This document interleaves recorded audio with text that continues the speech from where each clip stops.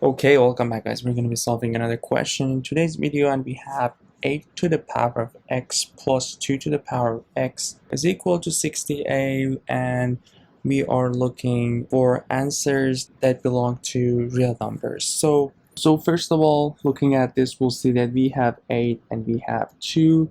We know 8 is 2 cubed, so we can kind of simplify this equation before we jump into crazy steps. So let's just write it down. 2 cubed to the power of x plus 2 to the x is equal to 68. And from the laws of the exponent, when we have a to the m to the power of m, basically we can switch these two. So this will be equal to a to the n times m. And the reason I'm doing this is because I'm trying to build that 2 to the x to simplify the equation. Then we don't need to deal with this exponent anymore. Basically, we have 2 to the x to the power of 3 plus 2 to the x is equal to 68. Now we are seeing 2 to the x, and 2 to the x is equal to y. So if that's the case, we have y cubed plus y is equal to 68. And that's the pattern that we taught in the previous questions in the channel 2. We have the power of 1, we have the power of 3 here, and power of 1,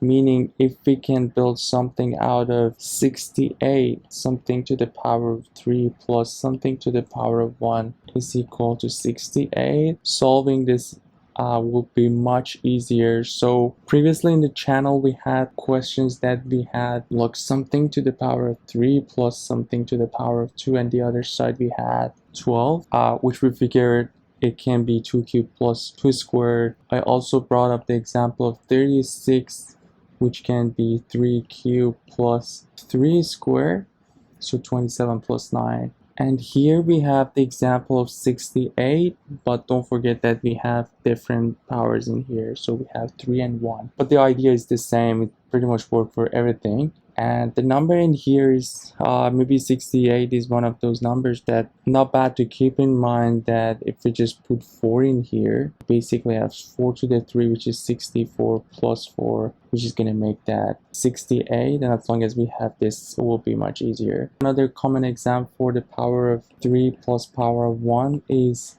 30. So this is also another example, which will be basically 3 cubed plus 3, which will be 30. And this goes on. I'm pretty sure you got the idea by these examples. So whenever you got this kind of equation, you don't need to freak out. There is a good chance that you can do something with the number on the other side of the equation.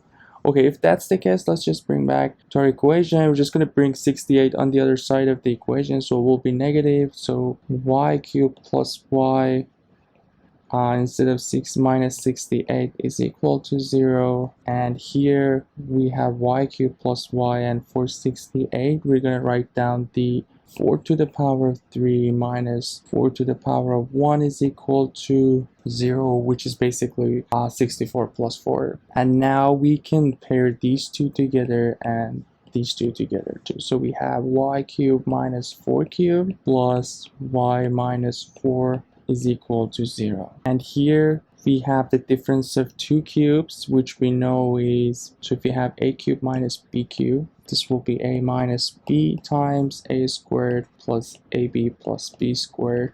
So we're just going to use this algebra formula to rewrite our equation. So basically we have a minus b, or y minus 4, times the other side y squared plus 4y plus b squared 16 plus y minus 4 is equal to 0. And we can see the common factor here, which is y minus 4. So we're going to factor that from the first expression. We have y squared plus 4y plus 16, and from second part we basically have plus 1. And it seems it's much easier now. So we have y squared plus 4y plus 17 is equal to 0. Now we get to that ab that we were looking for is equal to 0, meaning a can be 0 or b can be 0. Alright, so this is our a, this is our b.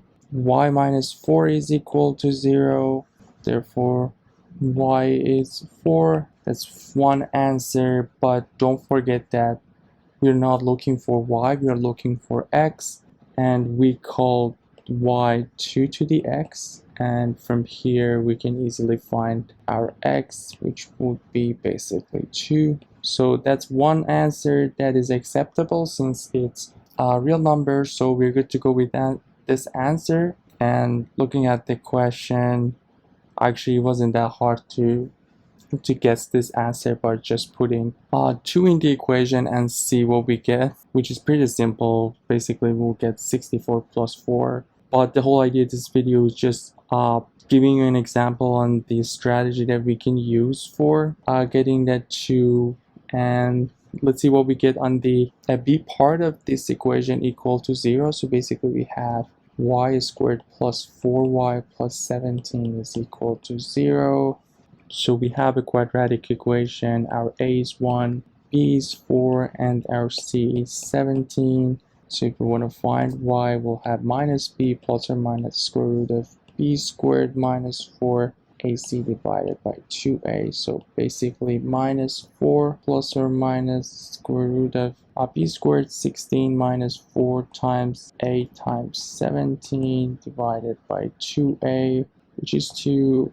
So looking at the discriminant, we can see that we have a negative discriminant, meaning we don't have real numbers here, and we have complex answers here, which is not something that we are looking for. And don't forget that these complex answers are our y, and at the end of the day we will get something which is a plus or minus b times our imaginary number equal to 2 to the x. Have to deal with solving this one, which is not an easy thing, and it's out of context in this question. So the only answer that's acceptable for us at the end of the day is the x is equal to 2, which is the real number answer for this question. Yeah, so like again, another example for using this approach for solving these kind of equations that you're seeing the power of 3 and 1, the 3 and 2. So yeah, hope you guys find this one helpful. Let me know if you have any questions or any other solution to solve this one. Don't forget to subscribe to the channel, like and comment, and I'll see you guys in the next video. Have a good one.